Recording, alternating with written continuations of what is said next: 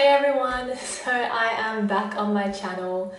I seem to go through this kind of like, it's summertime, I'm gonna film and I'm gonna do my channel and work on it. So obviously this past year that didn't really happen. I actually ended up focusing on my Instagram a lot because I realized that the role that content creation plays in my life is really more as a stepping stool for my modeling rather than actually wanting to be an influencer. So I am actually using this platform because very similar to before when I first started it, but I do want it to be a very vulnerable and open space, specifically for myself and for people to get to know me who might really base their whole ideal of me off my Instagram, because it's really not accurate of my life. And yeah, it's honestly just a professional Instagram for modeling and content.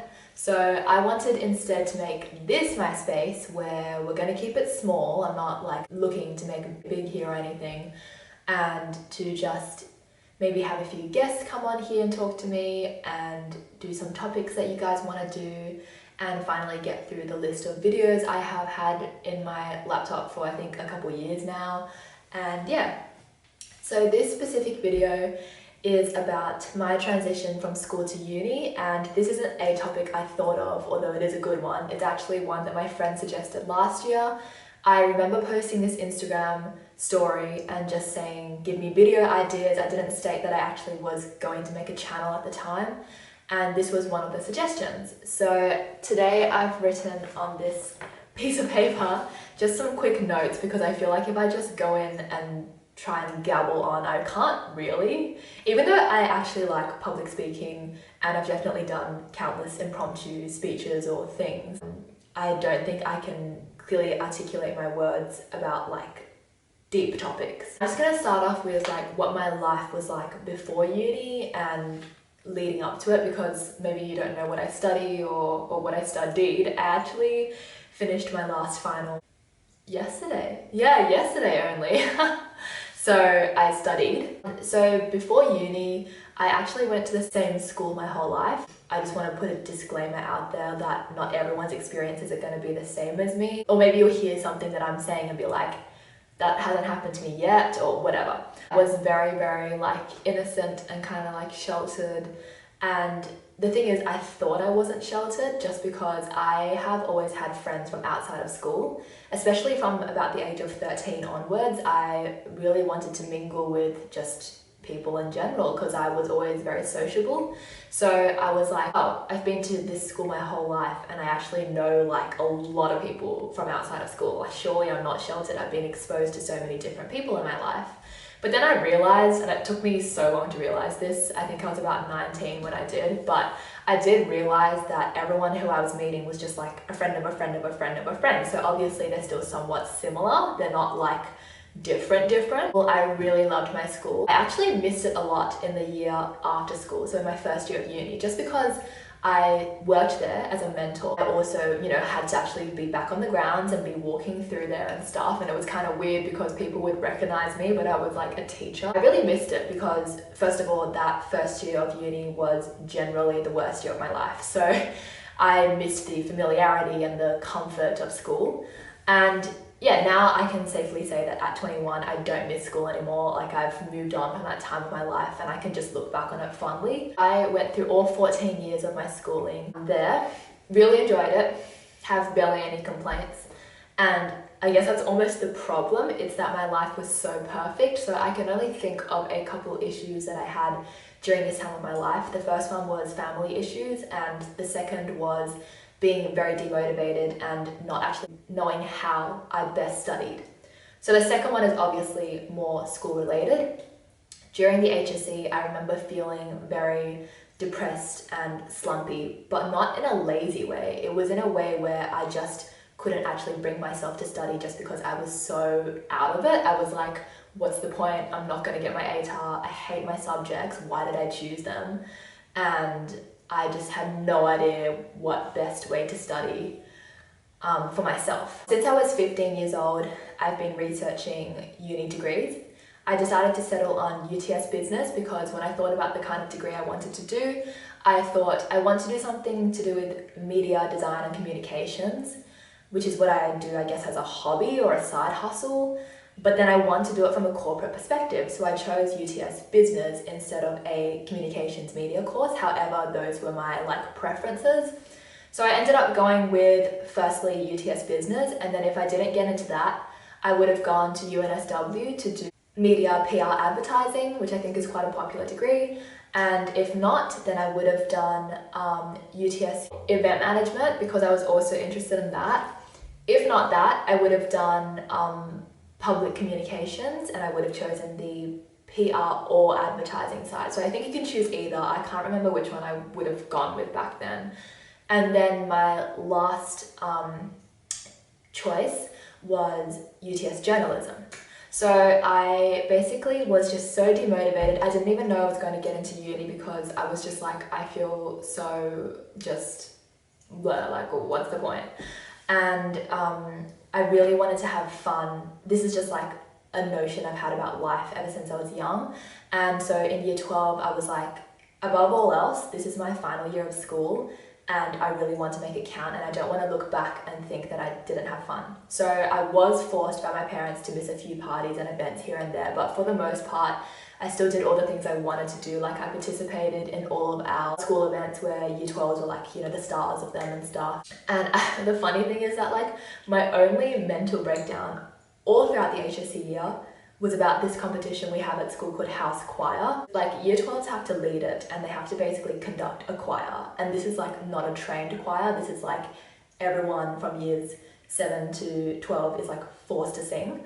And in my house, there weren't like that many musical people. Like I was one of the most musical people in year 12 in my house. And I'm really not that good at music. There's like this kind of idea that goes around, which is like at least one of the year 12s has to play bad cop every year, and I kind of naturally fell into it because I got frustrated a lot. And it's nothing to do with like the girls who are in it or anything. Like, I mean, everyone's just a kid who's being forced to be there.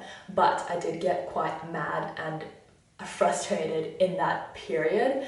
And so I remember one night, it was also the night before an English exam, and that does count to your final mark, your ATAR or your rank.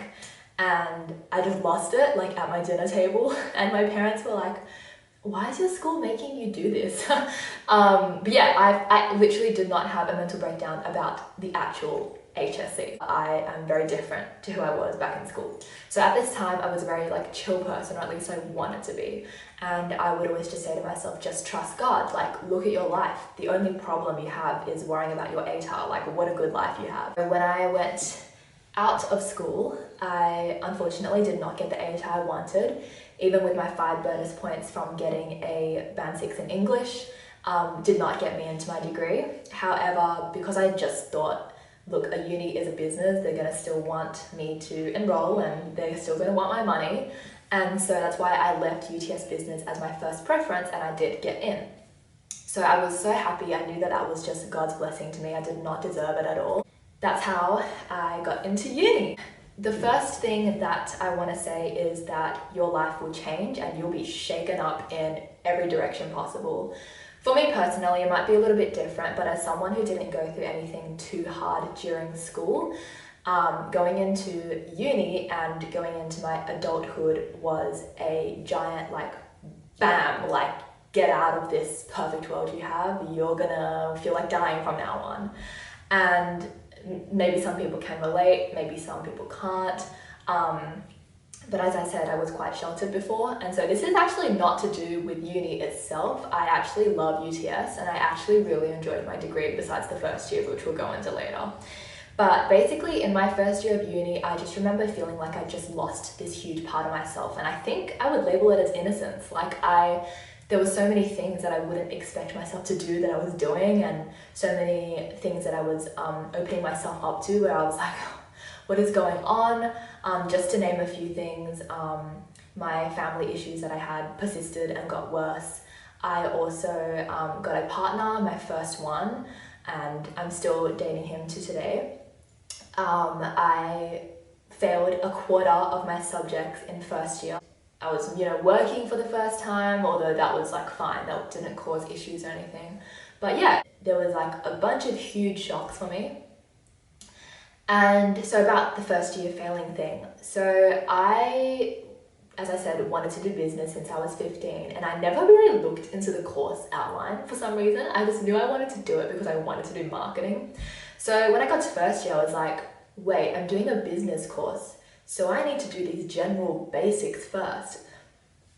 I ended up failing accounting and economics, and really just scraping by in the other ones like stats and whatever else there was, finance, I think. And those were only because my group assignments pulled me up, like, thank you, group members.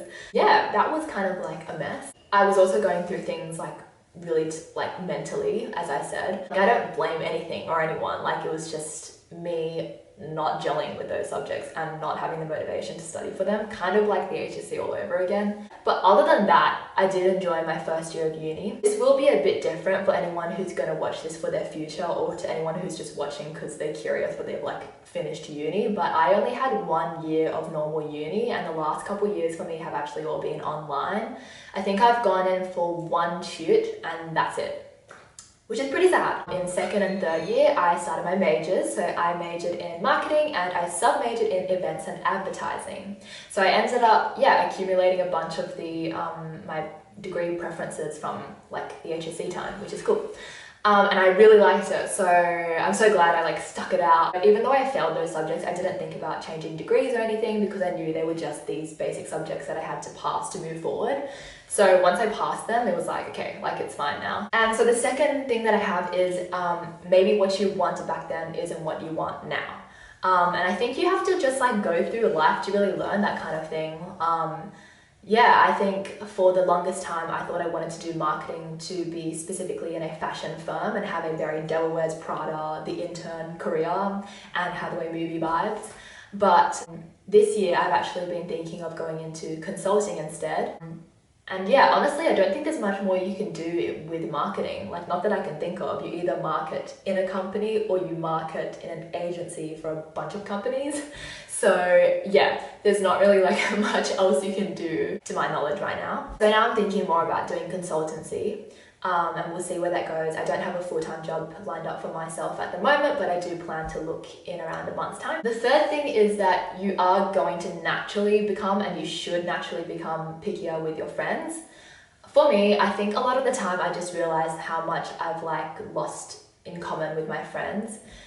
Even someone who I did want to continue being friends with recently, I saw didn't invite me to her party, and I was like, oh, I thought like she would have. I mean, I'm not like offended or anything, it's just something that I expected.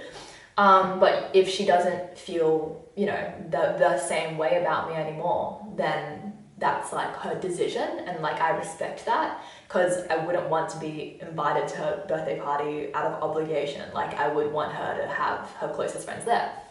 So I think it's just things you realize. Like, sometimes I hang out with people and I'm just like, I don't really feel like I can comfortably talk to you. As time goes by, you are going to have less and less friends from school, and you might think like, oh, like we have this group and look how far we've come and still keeping in touch. Like, that's so cool. We're going to be friends forever. And yeah, I think what I've just learnt about any friendship in general is that a long-term or a lifetime long friendship is a blessing. Like, I've lost a lot of friends in the past few years, and partly because of my attitude, because I do not tolerate disrespect anymore.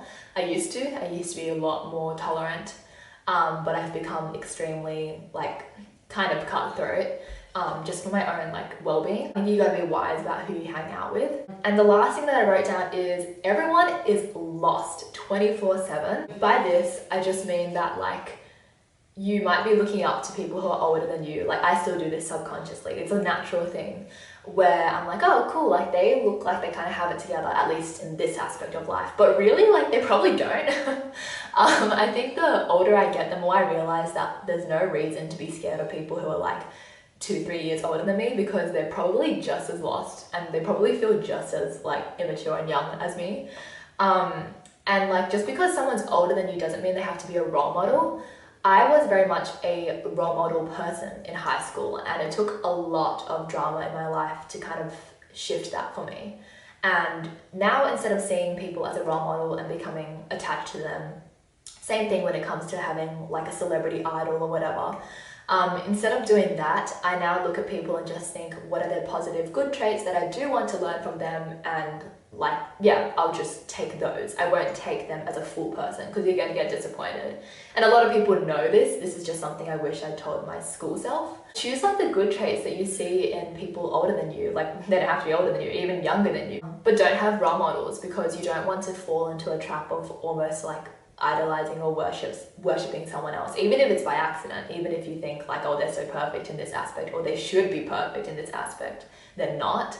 So yeah, that's something that you should learn. Take things at your own pace and compare yourself to yourself, or compare yourself to Jesus if you're a Christian and you're trying to like improve as a person. To conclude, I still compare my life to school. I graduated a few years back, 3 to be exact, and I still, when I'm having deep conversations with people about like my life in general, I still say things like, when I was in school, pre-adulthood, when I hadn't turned 18 yet. And I think it's just because in the grand scheme of things, I am still quite freshly out of school, like somewhat. So of course I'm going to have some comparisons about the things that I've learned along the way after leaving school. And that's, I think, natural.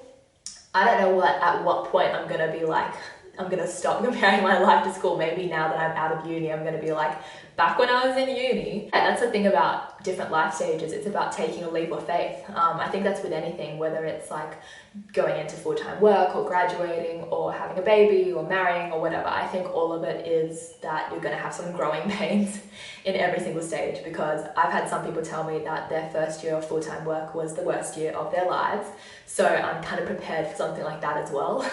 I can't read my writing. Now that I'm 21, I think I can safely say that not a lot of things faze me anymore, at least things that I've already experienced, if you know what I mean. Like, for example, I used to care a lot about what people said about me, particularly Christians, and now I'm just kind of like, I don't care. As long as you're yourself and you're being authentic and you're actually being real with yourself, like you don't want to be lying to yourself or to God, but like, as long as you're, being yourself and what you're doing is pleasing to God, you don't have to please others. And the last thing I wanted to say is that I still have a lot in my life to experience. I think there's still so many things that haven't changed since being in school. I still don't drive. I still don't really do housework. I still don't do all the adult things that I thought I would be doing by now, or at least like grasping and like starting to learn. And so some things might not totally change. That's like what I have. I need to obviously get used to talking to you guys. I'm not used to talking to a camera, so I'm sorry if that was a bit jumbled, but I will be trying to create as much content as I can. So stay tuned. See ya.